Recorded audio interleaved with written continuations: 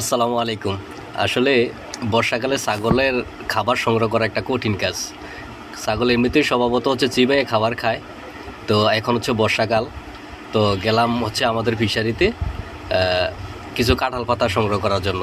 চলেন আপনারাও সাথে একসাথে কাঁঠাল পাতা সংগ্রহ করি। আমাদের ফিশারিটা হচ্ছে পাথারের মাঝখানে আর কি। তো ওইখানে আরও কিছু গাছপালাও আছে, চলেন সবগুলোর সাথে আপনাদের পরিচয় করে দেব।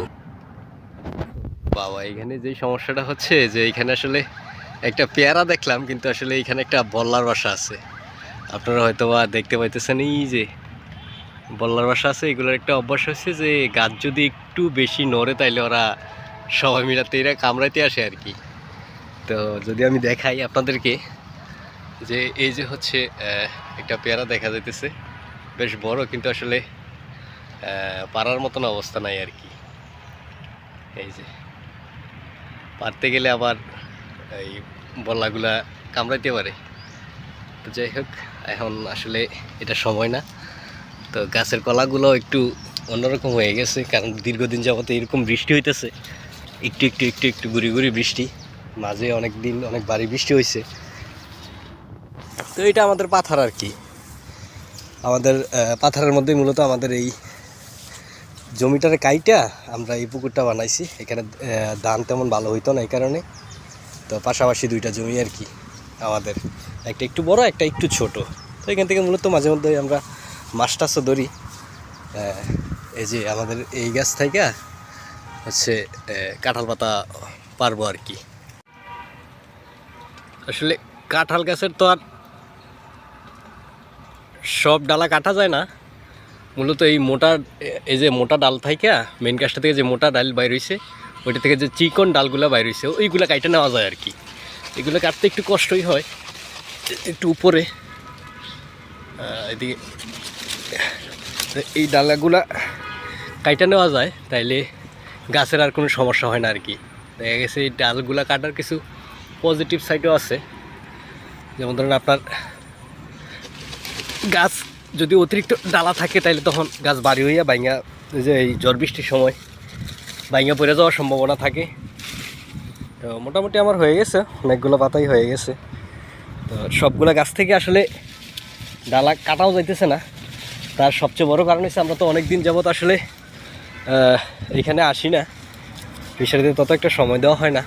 তো এইখানে এই যে দেখেন, এই কাঁঠাল গাছের মধ্যেও এই যে এই বল্লার বাসা, আসলে এরা কোনোভাবেই খেপানো যাবে না। তো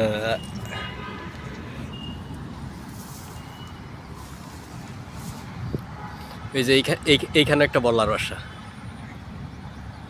বুঝছেন তো। আসলে এইখান থেকে চাইলে আমি এই যে এই ছোটো ডালাগুলো কাটতাম, কিন্তু এখন তো আর সম্ভব না। এখান থেকে দু একদিন আগে কিছু কাইটা নিয়েছিলাম, তা আরও কাটা যাইতো, এই ছোটো ডালাগুলো কাটা যাইতো আর কি। কিন্তু এই গাছে এখন দেখতেছি আর কোনোভাবেই কাটা যাবে না। গাছ যদি লাড়া খায় তাইলে ওরা এসে কামড়াবি।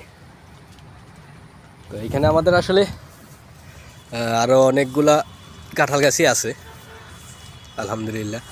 তো কিছু পেয়ারা গাছ আছে। তো এইগুলা মূলত হচ্ছে আমি এখানে তত একটা কাজ করি না, যে ফিশারিতে কাজ করে হচ্ছে আমার বড় ভাই। তো উনি গাছের ব্যাপারে খুব যত্নশীল।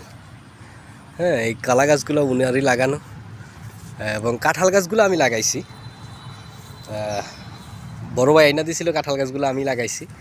তো মাশাল্লাহ এবছর কাঁঠাল এখানে তত একটা আসে নাই, যেহেতু গাছ ছোট।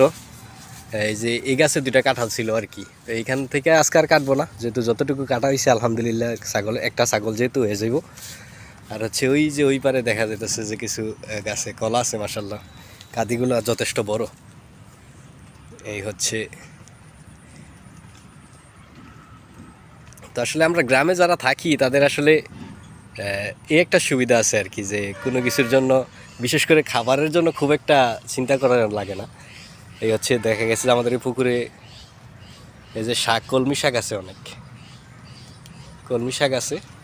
তো পাশেই একটা ব্যাপার দেখলাম আর কি, যে আসলে এটা খেয়াল করি নাই কখনো, আপনাদের সাথে আজকে এটা শেয়ার করি। ওইটা হচ্ছে আমাদের এইখানে আজকে এখন বৃষ্টির কারণে মূলত এই ধান, এখন যে ধানের সময়টাতে সবাই আসলে ধান লাগায় না, কিছু জমি আসলে খালি থাকে। তো যারা পারে ওরা আসলে লাগায়, তো মজার ব্যাপার হচ্ছে আমাদের এইখানটা কিন্তু তত একটা আসলে নিচু এলাকা না। আপনি বলতে পারেন আমাদের এই এলাকাটা হচ্ছে তত একটা নিচু এলাকা ধরা যায় না।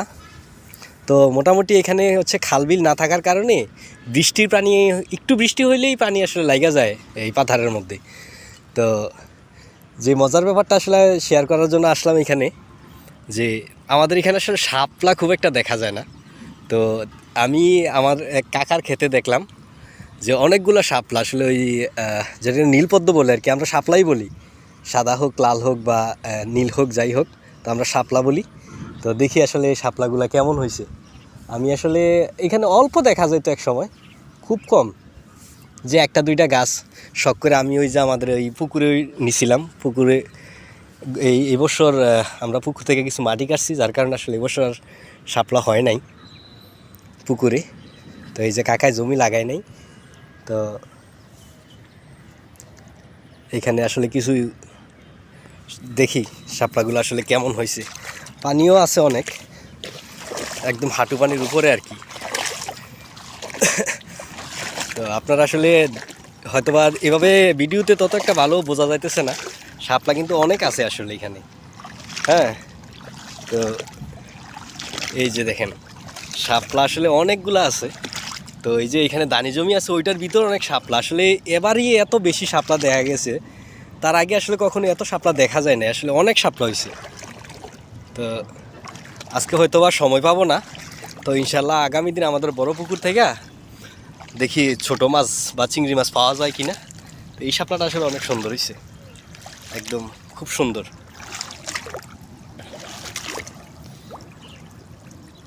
তো যদি দেখি শাপলার এই নিচের এই ডগাটা, কিন্তু এই যে এই ডগাটা খাওয়া যায় রান্না করে। এই যে এটা বিশেষ করে স্বাদ হচ্ছে চিংড়ি মাছ বা ছোটো মাছ দিয়ে এই ডগাটা রান্না করে খাওয়া যায়। আজকে আসলে কাজের একটু চাপ আছে, তো আজকে হয়তো সময় পাবো না। ইনশাল্লাহ আগামী দিন যদি সময় পাই তাহলে কাজের যে কোনো একটা ফাঁকে আপনাদের সাথে অবশ্যই শেয়ার করব এই কিছু শাপলা নিয়ে। তারপর হচ্ছে চিংড়ি মাছ বা ছোটো মাছ, যেই মাছই পাওয়া যায় পুকুরে, ওইগুলা দিয়া আসলে রান্না করা যায়, এরকম একটা রেসিপি করার চেষ্টা করবো আর কি। আসলে অনেক শাপলা, হয়তো আপনারা কিছুটা বুঝতেছেন, হ্যাঁ, ভিডিওতে অত একটা বোঝা যাইতেছে না। অনেক শাপলা আছে আসলে এখানে। তো এই হচ্ছে এই কাঁঠাল পাতাগুলো আসলে আজকে কাটা হয়েছে। আর হচ্ছে এই হচ্ছে আমার ছাগল, মাশাল্লাহ যথেষ্ট সুন্দর মাশাল্লাহ। তো ওর আসলে ওর যে সমস্যাটা ওইটা হচ্ছে ওর খাবারের প্রয়োজন হলে প্রচুর চিল্লাচিল্লি করে আর কি। যার কারণে আসলে একে তো বৃষ্টি বাহিরে নেওয়া যায় না, তাই আজকে আসলে ওর এই কাঁঠাল পাতাই খাওয়া আর কি, এটাই তার সম্বল আজকে খাওয়ার জন্য। আল্লাহ হাফেজ, আবার দেখা হবে অন্য কোনো দিন অন্য একটা ভিডিওতে। আসসালামু আলাইকুম।